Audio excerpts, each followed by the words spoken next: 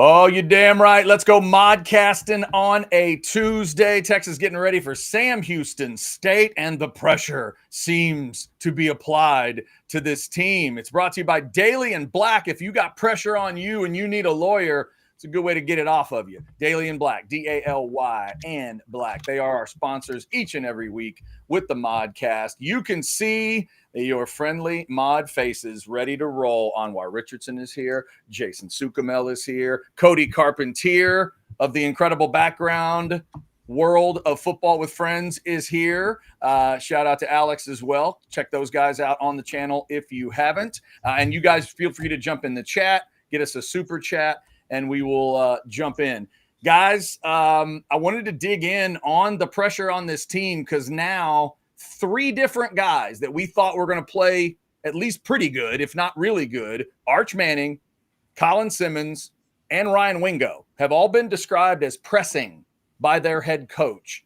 And then, Anwar, you got to witness the Arch Manning, Michael Taff presser this week, which kind of had an interesting look to it. Listening to it was one thing. Watching it was a whole nother deal. So start us off there, Anwar. What was that like for you, and how different did it feel to other media setups? Because you go to all these things. You're the one to ask here. How different did it feel, if at all, to you this week? Well, we never really have seen a starting quarterback, have a press conference with someone else.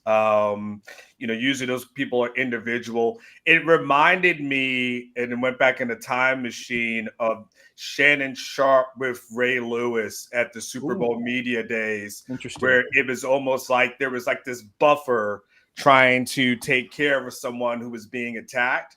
And it just felt like, to me, from an intentional standpoint, where, look, he's already been he dealt with booze on a Saturday.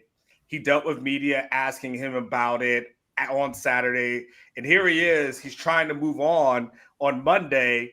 And everybody's going to ask him about what happened over the weekend. And I felt like Michael Taff was kind of that intentional buffer that was put in to kind of soften some of the blows, to kind of alleviate some of the pressure off him. So he just wasn't dealing with, Arch, why aren't you doing this? Why aren't you doing that? Why aren't you doing this? Why aren't you doing that? It was almost like they made sure they had someone to kind of ease it. So this whole thing, that if it is all mental, well, probably the last thing that Texas and Texas media wants is just more things piling into his head and more things for him to think about. Hey, Anwar, you said Arch dealt with booze on Saturday. So did this guy. B-O-O-Z-E.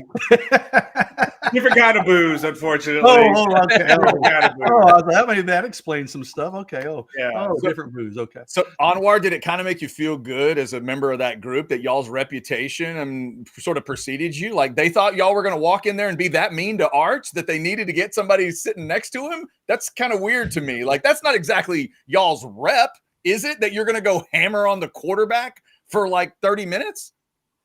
I mean, not if Terry Milton has anything to say about it. So, I mean, no. Right. But, I mean, the thing is that, I mean, they know that, that you can't put that genie back in the bottle. It is what it is as relates to him. And now I don't necessarily know if I had a feeling of it, maybe a little bit of empathy when it was all said and done. Like, damn, this thing is really might be really wearing on him or getting to him, at this point. And, again, it was good to have a guy like Taff around, who's Mr. Positivity, Mr. Energy, and, all these kind of things, for him. And look, if that's what they feel like he needs, so be it.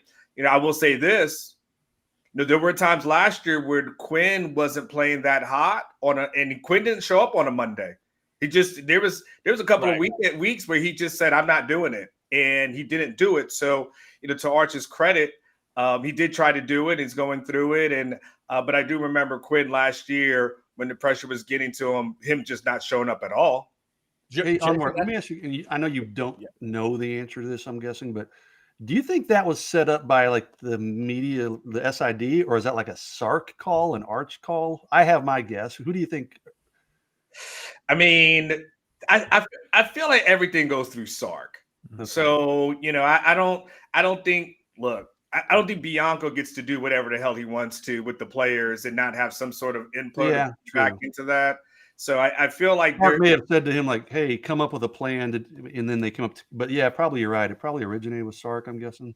Yeah, and again, I think it's just this the because I remember last week he was talking on a Monday, and he was saying something about how he likes to have like a 24-hour rule to think about things, and he said like felt like he was over it until you guys came here and started asking me more questions about it. So I do think that there's just I just think that everything I'm being told is everybody believes this is a mental thing with Arch more so than it is a physical thing. Now, look, we may get to after the season and there's some sort of revelation that, oh yeah. And then it'll be like, oh snap. Yes, he was going through those things. It could be the Xavier Worthy, Sark saying, I don't know why he's dropping all those balls. This just doesn't make sense. And it's like, oh, he had a broken hand. That's why he was dropping the balls, right? And it could be something as simplistic as that, like Sark is not saying anything at this moment that we'll get after the season. And they're like, oh, yeah, by the way, Arch, went in for a minor pec surgery. He'll be done for the next 4 to 6 weeks. Is that on the table? 100%. But for right now, all we can go off of is what they're telling us. And what they're telling us, it's mental. And this Anwar really speaks to the mental. Cody, when I watched that yesterday, you can feel it sort of speaking to this mental discussion. He said it was mental. He looks, I don't know what the word is, weathered, beat up to me. Like he just looks like it's wearing on him. So for you, Cody, would you have preferred it? If he was just in that mindset, would it be better for him to do what Anwar said that Quinn would do? Just not do it? Or do you like the idea of the media event with a wingman? I think this is always an interesting topic. First off, I think the Quinn thing is too easy to connect it to and would make the most sense. I think in both sides, normally I think it's the coaches that get the kickback, like, Keelan DeBoer, they were like, why are you talking to the media on Monday? And it's like, well, every coach talks to the media on Monday. So what are you talking about? They just didn't want to hear from him, right, at Alabama. But it's a quarterback that's struggling. And I would expect, and I would kind of think that maybe, especially in this part of the season, like they're trying to just iron things out. Sarkis kept on talking about how young the team is and how, he knew we were going to go through growing pains and things of this nature. It's like, if you weren't worried, then I would just keep him behind closed doors until you get the SEC play. And then you want to start answering questions, you can start answering questions. But I really wasn't that worried about this offense and just like, giving it time. You still got 15 practices before yesterday until you get to Florida. Like, you got plenty of time. And then he goes out there and sits next to Taft, and it felt kind of, I think there's a couple of different words you can use for it that I don't want to say, but I don't know. It was a little bit cringy, a little bit like, I don't know what to think about this situation right now and why they would put a guy out there. Now, again, Arch Manning, media trained, all the stuff with Peyton and Eli and that whole family. But then you put him out there next to the most seasoned, most mature player on the roster. It kind of doesn't make him look the best, which I understand the aspect of being like, it's going to make him probably feel comfortable, but it didn't make Arch look the best from my point of view. Honestly, Anwar, the snarky version of me wants to say, what happens if things don't look great in Gainesville? You can put the whole offensive line up there with him. Like, he's got to be able to eat those things on his own. He is the quarterback of this team. And that's why I asked you first, because I thought maybe I'm wrong. Okay, maybe because Anwar, you'll send us like the audio every week of players and stuff. But I'll admit sometimes I don't go watch the video. So I thought, well, maybe I'm just missing something here. But you're telling me that is unique. It's so wild to me. Between UTEP and Sam Houston State, he needs the protection of one of the leaders of the team in a media event. It just feels weird. A couple weeks away, he hadn't gone to Gainesville. He hadn't gone to Dallas. He hadn't heard a cowbell ring yet.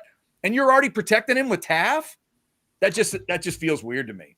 I think, listen, if it doesn't get right, there'll be no protection. There'll just be no Arch. Like that will happen. Like that'll be the next step, And so, they're not going to you don't throw 10 straight incompletions if something ain't going up in your head somewhere, right? And you're forcing these passes, right? And it's just some of it's not looking good and it's not processing. And if everybody's saying, if Sark's saying it's mental, if Arch is saying it's mental, right? If our sources are saying it's all mental, it's all between the ears, then maybe they just don't want Kirk Bowles to be asking him a bunch of questions that's going to have him second guessing himself. So then when he gets out there, is he thinking about Kirk in the back of his head? No, but it's like, man, all these things that I'm feeling. And, the thing about Arch is, for the most part, he's able to live an isolated world. He doesn't have to be on social media, right? And so if he doesn't have to be on social media and doesn't have to turn on the TV, he can pretty much just block it all out. But when you get there after games and on Monday, the things that you ignore on social media that you don't see, those become the questions for you. And it's why, last week it was, all of it was like all the things that you're doing wrong, right? It's a compounding thing. So I get it. You would like him to be able to just shake it off and dust it off, but right now he's just unable to do it. That's just not where it is right now. And they're going to try to protect him and get him going as best as it can. And that means Michael Taft is by his side. Well, Michael Taft is by his side. Yeah, we got a couple super chats we will get to. Before that, Chris Bennett, you're not the only person thinking of it. I thought of Mac and Sims as well after the Big 12 championship game where Mac was answering questions for his quarterback, and it did have a weird feel. It's not that weird yet. Trust me, it's not that weird. Go back to that press conference in 2001. That was strange. But, yes, I did think of it. Tej for $4.99. Don't worry. I told Quinn on Instagram to take Arch out to Texas Card House and let loose with some cigars and good poker. Arch Madness is coming.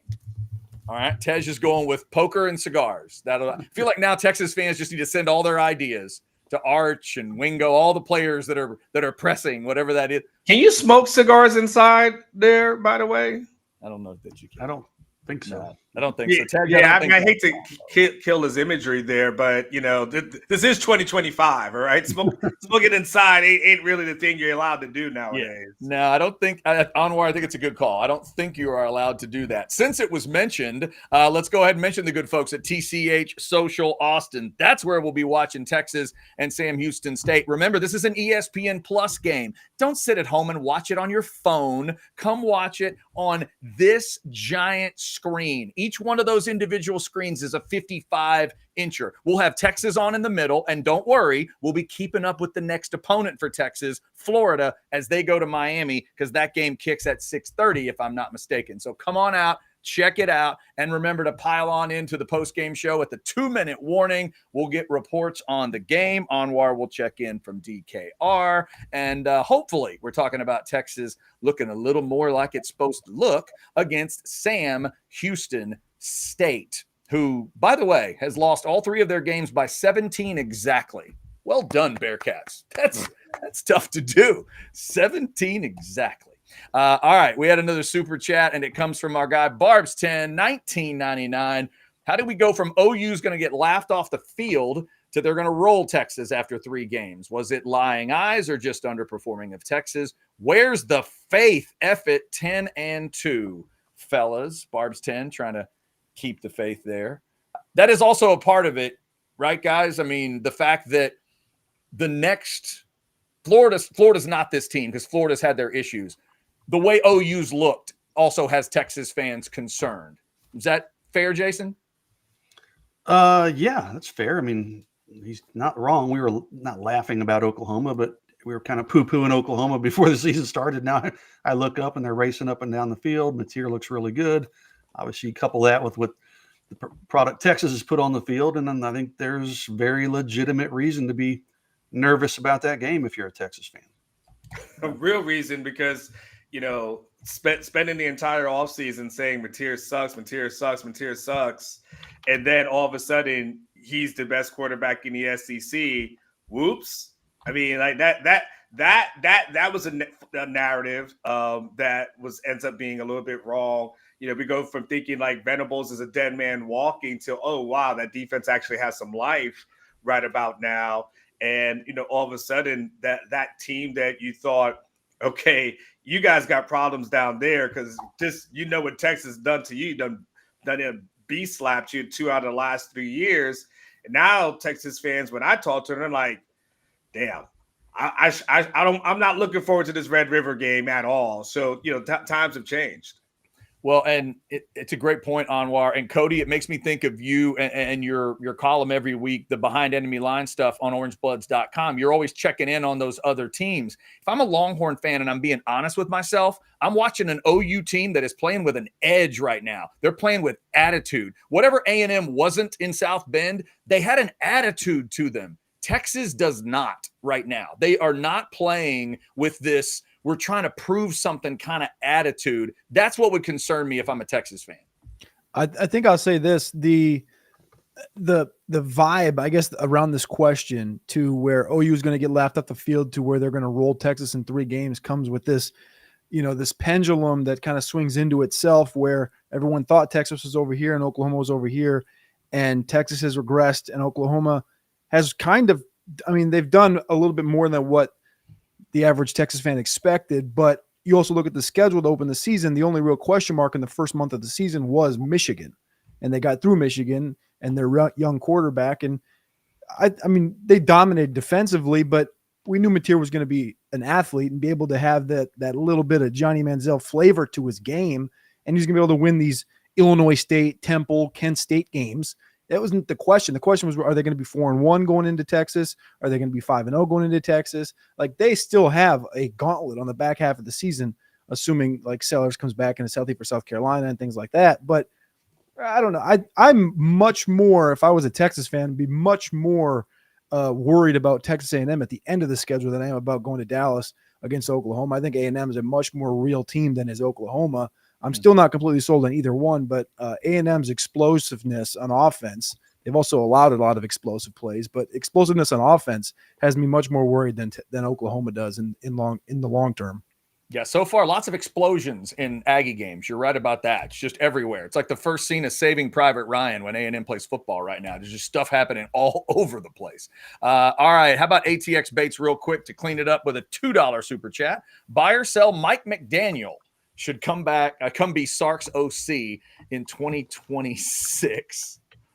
It certainly is feeling like that guy may not have a job at the end of the NFL season. So he's going to be one of those names that gets talked about as, maybe an OC. We know that's not what Sark would want to do right now, but maybe a name to keep in mind. Yeah, that would be so anti-Sark at that point to do something to that effect. The OC conversation is fascinating, but I mean, look, Sark's the same guy on Monday who was like, yeah, I know we got this whole analytics thing and stuff, but I'm just going to do what I want to do. Like, now sometimes I look at it and that's cool, and sometimes I'll compare and I'm like, yeah, maybe it does that. But then he's like, but sometimes the analytics are wrong. So he's like, I just trust myself. If this guy could look at that and say that really doesn't have any place in there, Mike McDaniel doesn't have a chance. Come on. Yeah, I totally agree with you. Totally agree. If y'all want to throw a super, by the way, Cody, what did you want to say? Because I was going to say, like, how about the fact that like and this isn't like a push against, you guys on the beat. This is more of like a Sark having like his point of view of like, I didn't even look at the book. And like, then on the opposite side, like, I don't know, listen to the SEC press conference every week. It's like Kirby Smart's like, I think it's malpractice not to look at the book. Drinkwitz is like, yeah, I look at it. And then you got like Brian Kelly. Yeah, I don't open it. And then you have Sark where it's like, yeah, my gut's pretty much right every time I look at it. And then you look up at the numbers and the results, and the red zone efficiency has dropped off even more so than it was last year. Went from last year with 79% down to 61%. Fourth down has dropped from 54% to 41%. Third down's dropped from 45% to 28%. Everything's went down, and he's up there being like, oh yeah, I trust my gut. My gut's right. Like, and it's like, well, the results aren't right. So maybe we should open the book. Maybe we should think twice. I don't know. Got the book.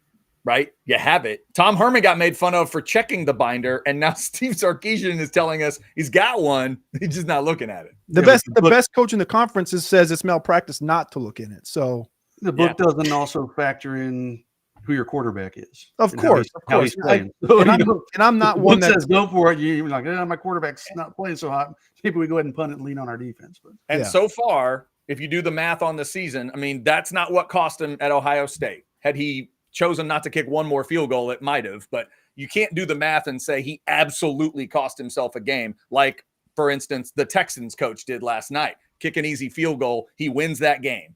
But he didn't, and the Bucks won the game. You go back and track the math of that game, you'll see exactly what I'm talking about.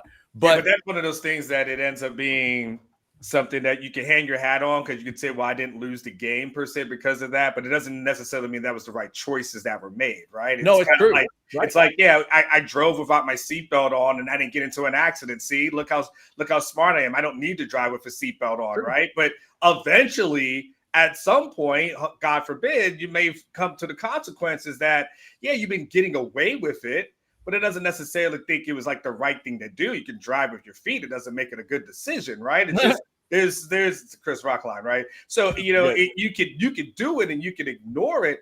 But again, it goes to show that it's a bigger thing with Sark, which is, again, he's leaning on himself. Like, he believes he knows it. Cody's absolutely correct. He just believes it, I know it. So that's why you're probably, unless he has a fundamental change in his whole philosophy, where he says to himself, hey, you know what? This is going to be I need somebody in here who is of my intelligence that I think I respect, or I even think that might be even better than me. Until he says that's what I'm going to do, as that's probably not going to happen. It's like, I'm going to be the play caller, right? I'm going to call these plays. I'm going to be there. And you got to tell me, if Cody, you may know this. Somebody told me a stat, and I don't know if this is to be true, that like one of the last play callers to ever win a national championship was Jimbo Fisher. Have you heard this? Like, one of the last coaches who was a play caller might have been Jimbo. Kirby's not. To me, it's Jimbo and then Urban back to back, 13 and 14. I don't think there's been technically one since, because Harbaugh gave up play calling at Michigan by the time they won the title. So I think you're right, Anwar. And then I think it's one more, because Urban Meyer, according to anyone following that team in 2014 rather, he's calling that offense. Yeah. So if it is, then it's been a hot minute. Yeah. Right. It's been a while, because we know Saban. I mean, you just go through it, right? All the big dogs of that run, including, that incredible LSU team. That was Brady. The incredible Bama team. We know that was Sark. And you just kind of, keep going through. It's interesting. If you guys want to throw in on a super chat, feel free. Talking Texas and the pressure that seems to be getting at least somewhat to this team, although they've won games convincingly. Now they're about to head into this last one that is a guarantee, and then they head towards SEC play. If you guys have any thoughts, throw us a super chat. We will get into it. We'll continue the discussion. Let me also thank one of our great partners in Sinus and Snoring Specialists. This one is close to my heart and close to my bedroom and close to my nasal passages and all that stuff, because they helped me out in 2017. Get rid of your allergies for good. Get rid of your sinus issues for good. Did you have, or do you have, snoring like I did? Get it taken care of. I had moderate obstructed sleep apnea. Now I don't worry about that stuff anymore. Get it taken care of. As you continue to get older, that stuff's not going to get any better. Make sure you take care of it, and you don't have one less thing to worry about. Call them at 601-0303. You can securely call or text on that number. All the HIPAA stuff is covered there. And you can go to sinussnoringent.com. Check out some videos and information on exactly what they do for you. Feel clear, rested, and healthy at Sinus and Snoring Specialists. Be sure to tell them you heard about it here on Orange Bloods Live. We would appreciate it if you would do that. And again, if you guys want to throw in a super chat, we will get to them. I do not see a super chat right now. So other than the look of the presser, Anwar, give us a sense of Arch for you, like how it came off to you. Forget about the fact that maybe, Taff was there and the weird feeding of an end of an answer was kind of, people have talked about that one, but just overall for you, what did you come out of it? I got it with Arch. I think the thing that a couple of people have pointed out, and I think this might be key to it, is that Arch, when people say, one of the things is, and I think Sark talked about it the other day, Arch really has not faced adversity in his career, but if we're just being quite honest with that. And I mean adversity as far as football is concerned. Like, everyone goes through things in life, right? But I'm just talking about from a football perspective, right? Even if you're rich, you've gone through something, right? But you got to think everything that he has done, probably from youth football, has just been like, oh my God, you're the greatest thing. Then you get into high school. And now, oh my God, you're the greatest thing, right? And now you're a 5-star, you're a man, and like there's no criticism that's ever really coming your way. You come in here and you get to sit behind Quinn, and everything you do is a bonus. It really is. Like you come in, you walk into the game in the fourth quarter, and the stadium's going crazy because it's like, damn, there's Arch, right? So everybody loves you. Like everybody thinks you're the earth, moon, and stars, this and that. And everybody's throwing rose petals in front of you. And even when you had some little difficulty last year, it was okay. Like it was no big problems. You're the next whatever, right? And so now it's the first time where, okay, Ohio State happens. And that looks pretty bad. And then you're like, all right, well, San Jose State's supposed to be a little bit better. And I don't get much better. Now UTEP happens. And now you're pressing. Now fans are booing, and it looks bad. Like San Jose State looked bad. People are like, "What's up with you and Wingo? Do you guys not have a connection? Do you not have a connection with any receiver that's on here? Where's DeAndre Moore?" Now you get here, and so I think for me, this is probably the first time in Arch's career that he's ever been criticized. That anybody's just said negative things about you other than you're great. I don't think he's ever had to deal with that. He's had to deal with critics, right? Maybe Jason, someone says he shouldn't be a 5-star or not be a 5-star, but that's like subjective. We're talking about like a criticism like of your game, like people saying you can't play football. They're talking about you on First Take about how bad you are. And Paul Feinbaum is taking back all the kind things that he said about you, right? It's just this thing. So for me, it's all about getting used to that. Quinn had to deal with that. You know, Quinn had to deal with that for a while because everything was great for him, you know, all throughout high school. And then it gets to Ohio State, and it's kind of like, all right, he kind of skirted it a little bit because he transferred. And then again, you beat out Hudson Card. Everyone kind of likes you. Then it hits a point, and then next thing you know, Jeff Ketchum's doing a video every other day saying you suck, right? And so, you know, and now at some point it just becomes like, damn, man, like what do I do? And so, which Jeff Ketchum did do that. And so that being said, I think Arch is finally dealing with people saying, you suck. You can't play. And I think now how he rebounds from that is going to be interesting because he's never dealt with that kind of adversity. Yeah, I thought that might have been the most – it was a very simple question to ask, but that was an interesting reveal. Have you ever dealt with this before? And in his honesty of, no, I've never dealt with it. And he had a real quick answer of, I've never dealt with it, but it'll be fine. I got to play like I can play and all that. But I think it's not only a good point, Anwar, it might be the point. It's a point fans don't want to hear sometimes, but it's fair. It's fair. He's never dealt with this. He's trying to figure it out. And I'll challenge anybody to tell me that the Arch Manning that sat down next to Michael Taft this week is the same Arch Manning that showed up for SEC Media Days.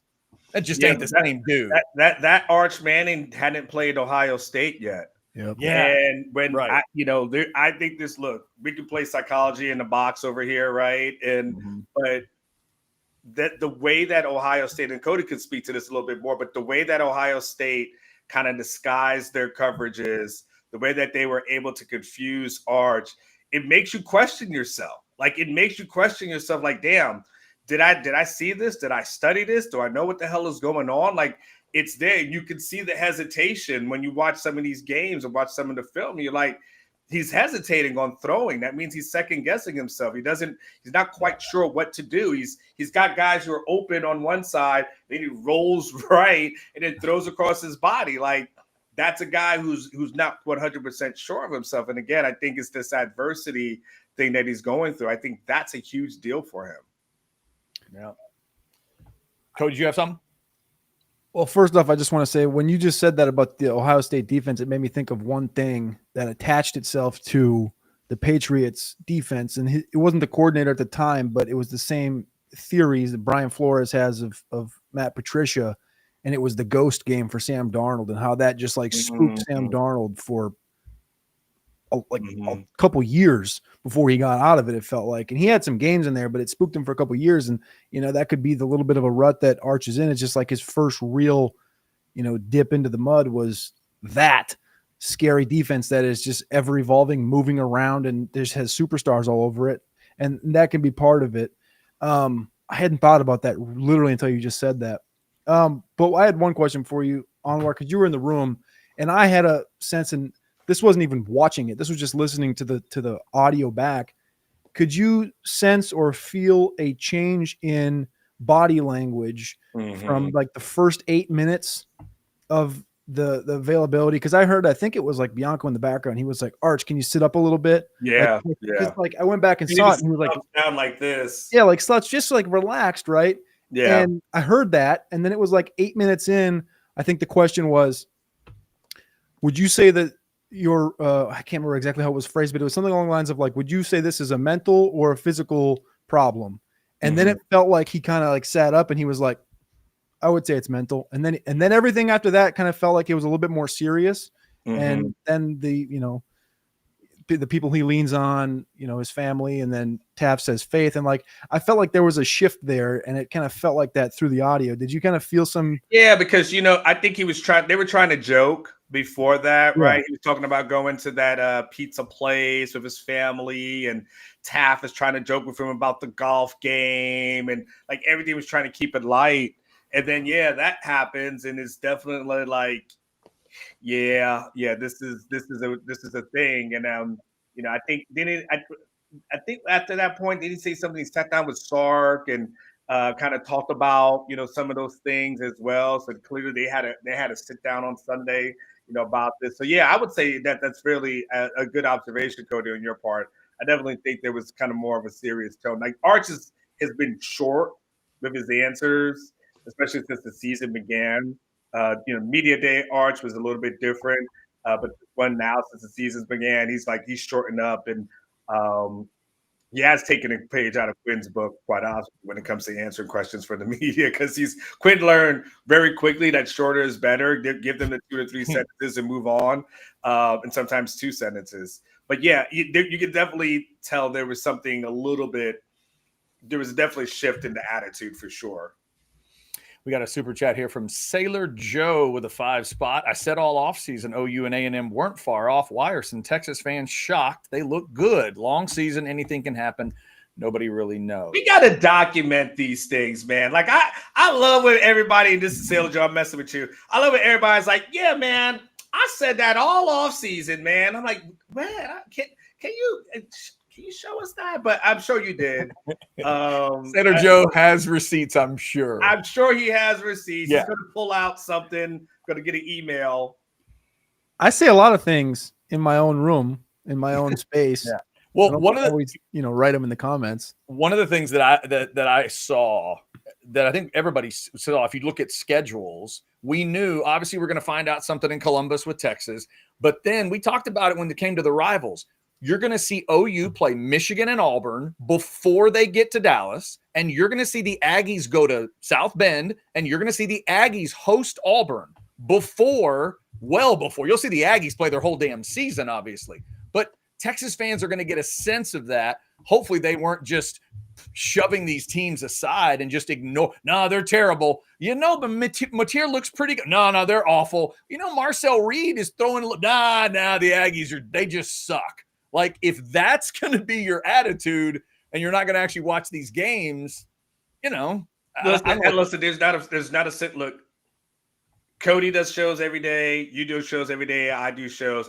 I can't think of a multitude of people who were saying, hey, slow down on your Texas hype train in the offseason. Like, no. You guys got to know Mateer could be something special. I don't know why you guys are overlooking this team. Like, at 11-1, unrealistic. This is probably a rebuilding year. Like, no. All anyone wanted to hear was plug and play at every position.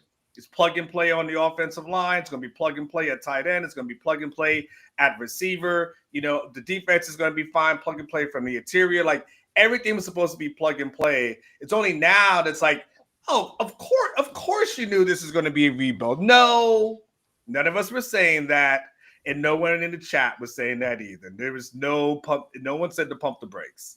Yeah, that's probably fair. Sailor Joe. Everyone said Mateer sucked. Yeah. I got receipts on that where I took Mateer more than his total passing yards on Prize Picks for the year. So Did I you got really? receipts. Yeah. Wow. Look at you. Yeah, I certainly. Cody rolls his eyes.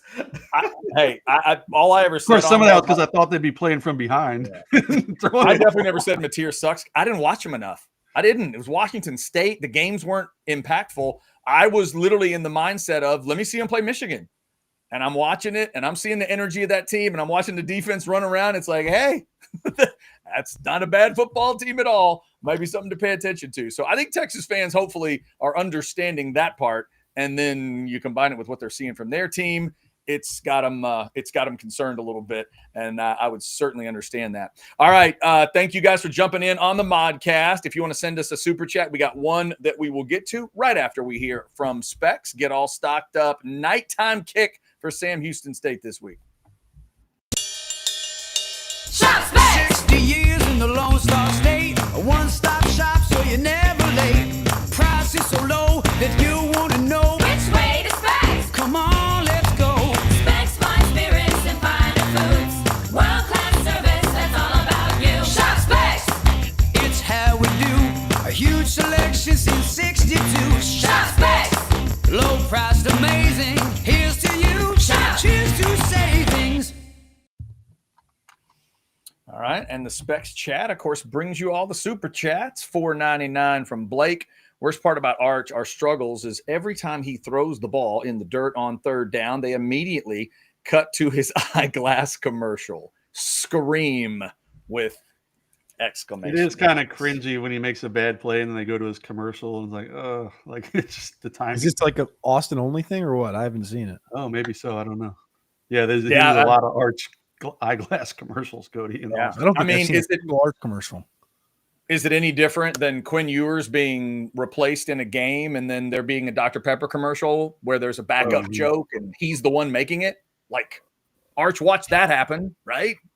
I always said when that one came out, I was like, I don't like it. I said that one could come back and bite you in the ass at some point. Yeah. And this one is just, of all the things I thought could come back to haunt Arch Manning, I didn't quite think that spot would be the one because I thought he would just have the basic accuracy stuff. I didn't think he'd be perfect, but I just didn't think it was going to be this. I didn't think he'd be as much of a part of this bad as he is. And then it brings back that ad just kind of comes back to it. Here's what I think. Like, I haven't really weighed in on it. First, I thought the press conference was ridiculous. Okay. So contrived. It was so obvious. But like, you have fans in media members questioning, okay, is Arch in a slump? Or is he just not the guy we thought he was? Is he just not as good as we thought he was? How do we know? I mean, isn't it human nature? If you're Arch Manning, you're thinking, oh my gosh, am I in a slump or am I not as good as I've always thought I was? His high school career, he played talent that was so much below him. He's at a small private school. I looked it up while we were talking. His last game, he played good competition, University Lab. And if you're a transcendent talent like Vince Young and Adrian Peterson, you don't have bad games. And those dudes just never did. Arch in his last game, 8 for 21, 2 interceptions. I think he had a couple fumbles too. And they got waxed 49-13. That's the last time he's really faced any adversity. Last year he gets in a couple games. Things go exceptionally well. But I'm sure the doubt is creeping in his head too. And that's something they're having to combat, is having him sit beside Michael Taft so he doesn't have to answer individual questions. The answer, I think that's ridiculous. Arch never, he never really says anything in press conferences anyways. Like Almar said, he's pretty smart and gives short answers. But to me, I think they say it's a mental thing. I think it's a confidence thing. And I don't say he has the yips. I don't think that's the case. But the more he misses some of these throws, the more that pressure and that doubt is piling up on him. And they've got to get him past that. And I don't know if it's throw some early passes. It's kind of like a hitter is in a slump. You just need that one good hit, a couple good contacts, and you can break him out of a slump. Well, that's what I think needs to happen with Arch. I think it'll happen. But the other side of that, hey, is he just not the guy that we all thought he was going to be? And I think maybe that's in Arch's head too. All that being said, I think to have Taft there as a buffer, I don't know what that really accomplished. It reminds me of it's almost similar when he talks. It almost reminds me sometimes when Sark talks about it. It's kind of like how they would feel like they needed to run Sam Ehlinger in games in order to get him going. And they would, Tom would say, well, sometimes the guy just needs to get hit a little bit and then he gets going. I feel like that's what Sark said about Arch. Yeah, that's what it was. It reminded me of it. That's what I'm saying. But it's interesting because that's the thing that Arch can do well, but that's also the thing that Sark doesn't want him to do, which is run the football, right? It's like the last thing that he wants him to do is to be a dual threat quarterback. He's just like, no, I don't want you to do that. But now he's like, well, you may have to do this every once in a while to build his confidence so he's having some sort of success. So it seems like they're kind of stuck in a rock and a hard place at this moment. Yeah. Find out what is it, what does he like? What are the routes that he likes? All those discussions I'm sure they've had. But it's, it has not translated to the games just yet. We got another super chat here from ATX Bates for $5. Does the O-line have the talent to be great? I'm not so sure. And buy or sell Simmons deserves the booze more than Arch. Good grief, Bates. I would argue nobody deserves the booze, but that's just me. I'm a simpleton. Does the O-line have the talent to be great? What do y'all want to do with that one? They're still really young, but I mean, I was just out defer to Cody. Was that a no, Cody? No. Okay. I'm not sold. Brandon Baker was a 5-star. Goosby's obviously a really good player. Nick Brooks was a guy that Georgia wanted. And who else was it? Southern Cal? I can't remember who the other player was. I mean, they've got talent. These are guys that pretty much could have picked the phone up and committed anywhere in the country. So be great. That might be of a stretch, but they can be pretty good. And Simmons deserving the booze more than Arch. I mean, Collins having a terrible start to the season, but teams are kind of scheming to take him out of the equation. And but yeah, he's got to be much better. But I mean, Arch is just so much more. Does the offensive line have the talent to be good, Jason? Yeah, I think so. This year, though, I think like your Baker By the end of the year, maybe. I get what you're saying with like the overall 5-star talent and et cetera, but this year, yeah, I think so. By the end of the year, I mean, Cole Hudson continue. I mean, Connor Stroh. I mean, these are guys. I mean, Nato Mozilla. Everybody in the country wanted that dude. I mean, these guys are. It's not like they're scrubs they're throwing out there and a bunch of 3-stars. I mean, everyone wanted Micah Hudson too. I mean, it just. I mean, like, your star ranking and everyone wanting you. I mean, that's cool in high school. Most of these dudes have only started a couple games though at this point. I mean, and that's telling at this moment too, right? So I mean, sometimes we'll see where Brandon Baker is at. He's got a lot of improving to do, but he should be better at the end of the season than he is now. Same with Connor Stroh. Same with Cole Hudson at centers, as he's still getting used to that. But I'm just not. I gotta let go of the high school rankings, and I could only go with what we see now. And if UTEP is giving these guys fits, like God help them when they actually play against some of these other teams in the SEC. I don't know if everybody else enjoyed the Micah Hudson blast as much as I did. That's well played, Anwar. Well done. Only if you'd said Ryan Perlew would I be smiling more than I'm smiling right now. That would have been a little too far back. That would have been too much. Yeah, Micah Hudson's for everyone recently. That was wonderful. No, it was perfect. It was a perfect time frame. Everything was great. We got a super chat we'll get to in just a second. Let me thank one more of our great partners, and that is AV Consultations. They'll get you all set up for Sam or any other game. Check them out. Hi, this is Tom McKay, owner of Audiovisual Consultations, and we'd like to take a moment to thank all of our clients for making the last 37 years both fun and fruitful. If you haven't yet, I'd like to invite you to give us a try for all your home electronics needs. There's no need to leave your home to find great pricing and incomparable service. No traffic, inexperienced sales geeks, or pushy showroom tactics. We come to you. So just relax, hug your kids, and smile. We handle all the work. Just give us a call at 255-8678 or online at avconsultations.com. And remember, again, this is an ESPN Plus game. So AV Consultations can help you get hooked up with all those things we got in streaming that you don't want to be watching on your phone or on a computer. Make sure you can get them up on a nice big screen to watch when you have a situation like this. All right, super chat from Blake. Thank you, Blake, for jumping back in. $4.99. What do y'all remember about the 04 Mizzou game? I'm getting the same vibes. Oh, man. Looks like Chris in the chat. So that's when Vince was pulled from the game and booed off the field. Well, even Superman has a bad day every now and then. The problem is right. Arch is having bad days consistently against really bad competition. Yeah, and there's nothing. This will be interesting to watch, guys, because the only thing I can compare it to might be Sims, but in that case, Sims was kind of that other thing coming off the bench, maybe coming out.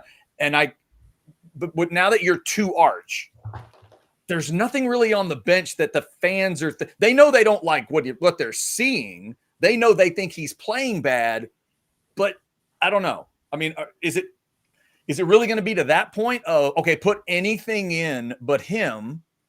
Because Anwar, the point Sark made this week about mental versus physical before Arch's deal, I thought was telling, and I agreed with Sark, because I haven't seen anything out of Arch Manning that makes me think, okay, he is in la-la land. We got to get him out of there.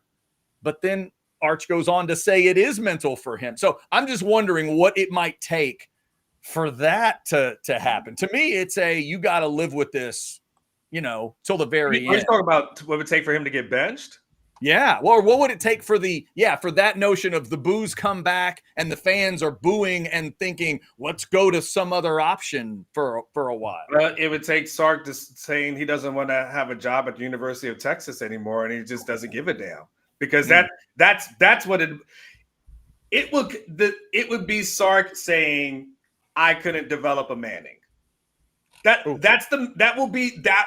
your message. Yeah. I got a Manning and I couldn't develop him and I had to bench him. You basically, if you think his mental psyche is off now, put him on the bench and have him be the headline on Saturday night college football, Sunday morning ESPN, talking heads on Monday, and debating, so on and so forth. And now all of a sudden he's like a failure. Also, it would be the second quarterback that you've had to bench over in the last couple of years. And so now that wouldn't necessarily look good for your resume at all. And now you basically have told, all of the Texas fans that all the things that they believed were just untrue.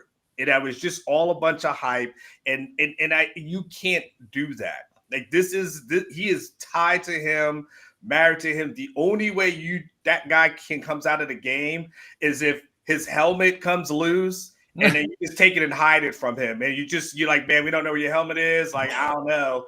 And then you just play a cat and mouse game, because outside of that, anything other than that is Sark basically putting himself, it would be work. Firing someone, you did like, you fired an OC, you fired a DC, and then you're next in line. Benching Arch would put you on that same trajectory. Like, Arch is benched next, and then your ass is next. I just don't see a scenario where Sark can do that without literally risking his future. Yeah, well said. Cody, Jason, anything to add there? I feel like the injury thing is right there for a layup taking if you want it, and I feel like there's a door you could pull. Benching him outright, I think Anwar hit a nail on the head. My thought process would be, 0-0 going into halftime against Sam Houston would be something. Maybe a couple interceptions. He gets hit. You fake the injury. Like, that feels like an easy plug pull right there. And then you're like, yeah, Arch is hurt. His pec. He's going to be down for a couple of weeks. And then, the day before the Florida game, all of a sudden he's healthy. You can't bench him. Look, they're clearly worried about his confidence, as the press conference showed. Yeah. Benching him would just further destroy his confidence. You can't. I'm with Anwar. There's no way, not in a million years, that's not happening. And the thing is, Sark benched Quinn last year, and it's almost like he regretted ever doing it, and he became really defensive about it afterwards when people would ask him about it. And it's almost like he wishes that it almost never happened. And I just can't see him doing that. And I just think you do that, you just go to a point of no return. I don't know how you come back from that one.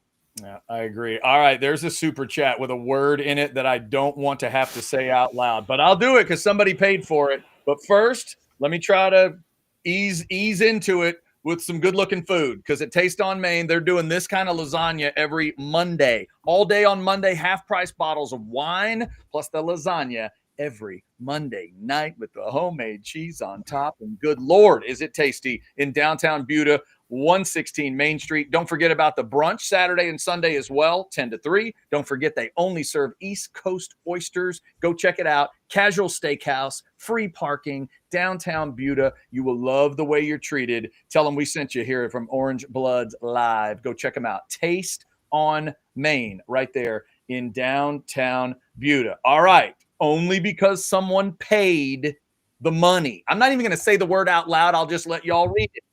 $4.99. Called it my crackpot theory. Taft's faith-based game dulled Quinn and Arch's edge. Love both Quinn and Arch, but why lose the swagger? Come on now. Come on. We can't use the Y word and no. What? No.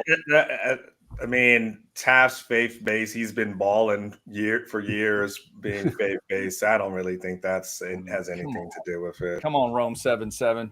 We certainly don't want to believe that it could be that first thing you mentioned. So that is a scary enough thought. But we will see what it looks like against Sam Houston State. Let me ask this, guys, as we wrap up here. I've asked Jason already, but I'll get his thoughts. But what does this game need to be? I know the feel of it has to look a certain way, but you guys got a score in your head. I know you are going to get your official predictions out later in the week, but like, Cody, let me start with you. Like, does this need to go into the 50s for you, or what do you want to see to make you exhale a little bit as they head towards an off week? I would like to see 100% efficiency in the red zone. I'd like to see over 90% on third down, which is a lot to ask for based on what we've seen so far this year, 28%. I'd honestly like to see no fourth downs. I'd like to see no punts. Just like efficient offense, competency. Like that's like, the thing in the NFL that I always hate is just competent baseline quarterback play, which is like Kirk Cousins. Good enough to win you games, not good enough to win you a championship type of play. Here, I want competency because we're so far below that with Arch at this point in this offense. And Sark, it's like, just give me competent football. And I think competent football against Sam Houston, who's got one of the worst defenses in the FBS, period. Okay. I think gets you to 42, and then whatever your defense gives you up. So 35, 42, somewhere around that range is probably where I'll end up being. But I just don't want to see punts, man. I want to see efficiency on third, fourth down, red zone, and no punts. What about penalties, Cody? You want to see a little less of that at all? Don't care. Don't care. You don't care. You don't care? 10 Don't penalties care. At home against Sam? That wouldn't do anything for you? Come on. You don't want as long as I get an efficient offense. I'm all about checking boxes off, all right? You can run for the next 10 days after this game until you get to Florida, and you can heal penalties that way. I just want to see an efficient offense. Just give me that. So, Anwar, you asked about penalties. Is that where you'd start? No, I'm just curious. He named everything. I was just waiting for him to say that, though. No, for me, I think to Cody's thing, I need, there's some efficiency on offense for sure, but I definitely need to see this offense kind of be a little bit more cohesive because this is their last dress rehearsal. Like, this is it. Like, you basically squandered away 2 opportunities. Like, we were hoping over the last 2 games that they would go really deep on the bench and we'd see a bunch of guys play and haven't really had the opportunity to do that. And so, this is one of those things that ever was the time. This is it, because after that, we could say to ourselves, Florida sucks and DJ Lagway just threw another interception, so on and so forth. But we also know that Florida can play decent at times. And if their offense all of a sudden decides that it's going to be okay, then we don't know what that looks like. And look, you got to build up some momentum because once you get past that, you got Oklahoma coming as well. So, as you go into conference play, like, to me, this is it. Like, if you can't pull the trigger and be a badass team and flex versus Sam Houston State, I mean, this is an 8-4 team, when the season's all said and done. Wow. Jason, final thought? Yeah, I'm with Anwar. This needs to be a 50-6 type of game. If you can't flex against this team and you didn't flex against UTEP at home, you didn't really flex that much against San Jose State, that's a red flag for me moving forward. You want to alleviate concerns about Arch and the offense. This is a game back when Texas was consistently a championship caliber team, back in Max heydays. And they would get up in the 50s, sometimes 60s. I mean, if they get 36-6, that's not good enough this week. It's not. No, they need to get this thing in the upper 40s, 50s for me to say, okay, maybe they've got this thing kind of turned around to some degree. All right, one quick super chat before we get out of here. It is $20, and it is full of anger. Kind of my point earlier. Paulie can eat. Oh, easy. Don't be my fluffer, then try to backtrack over the clicks. Art. I don't even know what all this means. I don't either. It sounds like he paid to tell Paulie to kiss his ass. What it sounds like. I really get that. did. I don't know what it's about, but yeah. Bard 10. I missed that, but Yeah, hope you got that off your chest there. One final stat, and we'll get out of here. Third down percentage for Texas. They're 125th in the country. Sam Houston State is 121st defending third downs. Something's got to give. If Texas cannot convert third downs this week, wow. And that was to Cody's point. No fourth downs. You'd love to see that against Sam Houston State. Thank you guys for jumping in on the Modcast. Shout out again to Daily and Black for sponsoring every week. Thank you all for liking, subscribing, and getting your notifications. Check out everything at Orange Bloods Live, including tomorrow at 10 a.m. We'll debut another recruiting show. Jason with all kinds of info for you, including he did get a chance to catch up with Derek Cooper, who's coming in for an official visit. We'll hit that and a lot more stuff. Also, check out Cody and Alex on Football with Friends. Check out the video section, the short section if you missed it. Check out Anwar on the Old Fashioned in the mornings as well. Thank you guys for supporting us. We do appreciate you. Help us get to 150,000 subscribers as quickly as possible at Orange Bloods Live. See ya.